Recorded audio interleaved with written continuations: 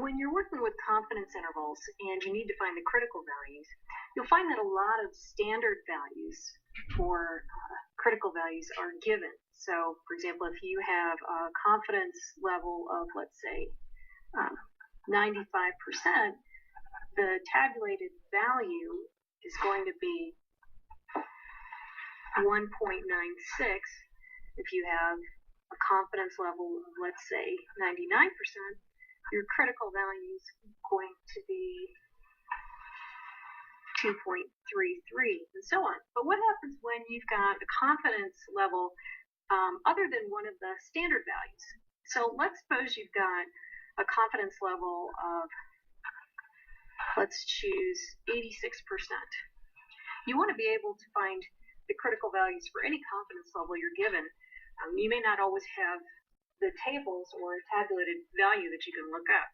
Now, what the confidence level represents is a shaded area under the standard normal distribution curve, and it would be centered on the median. So, for example, with 86%, if I've got, let's draw the middle of the distribution here,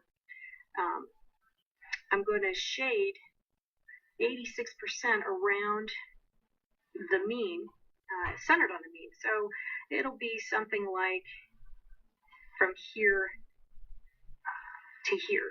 So this middle portion is 86%. Now, with the standard normal distribution curve, we can find the z-values for these two locations, and these are the critical values that we want for that level of confidence. And so what you need to do, for example, if you're using a TI calculator, you give it the area to the left of the value that you want. So we want to find this left bound, the lower critical value.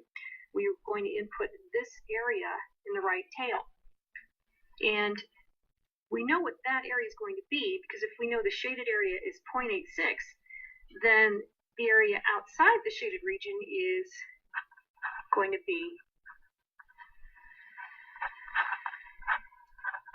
14% of 0.14.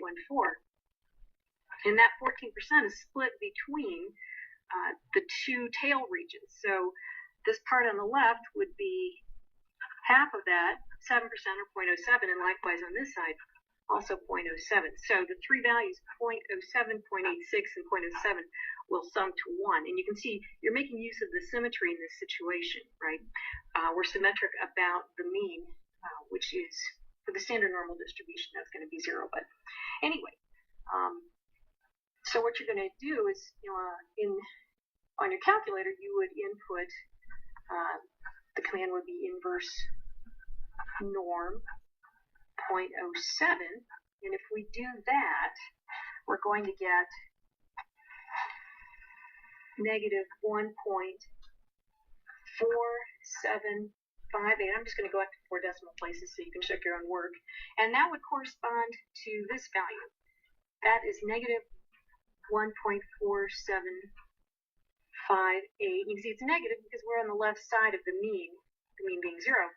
And on the right bound, here, you would input inverse norm, and in this case, the area to the left of this critical value is going to be 0.86 plus 0.07, so 0.93, and that would give you 1.4758, which you might have guessed anyway, due to the symmetry of the problem, right? So we are 1.4758 standard deviation units away from the mean.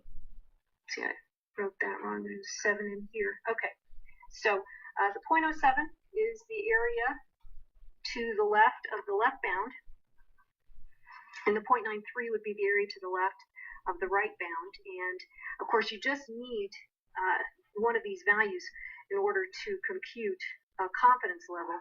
But I want to show you graphically how you arrive at these particular values. So anytime you have a confidence level, that's going to be represented again by the shaded region in the middle of the standard normal distribution.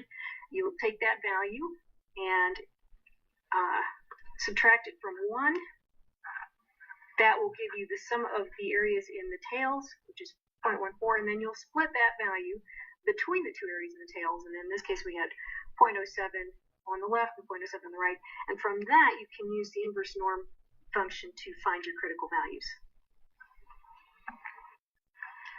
I need to go back and make a correction to something I said when I was referring to the commonly used values of critical values for commonly used confidence intervals, or confidence levels, I should say, and that was in the case of a confidence level of 99%. Had the critical value wrong. It's not 2.33, it's actually 2.575.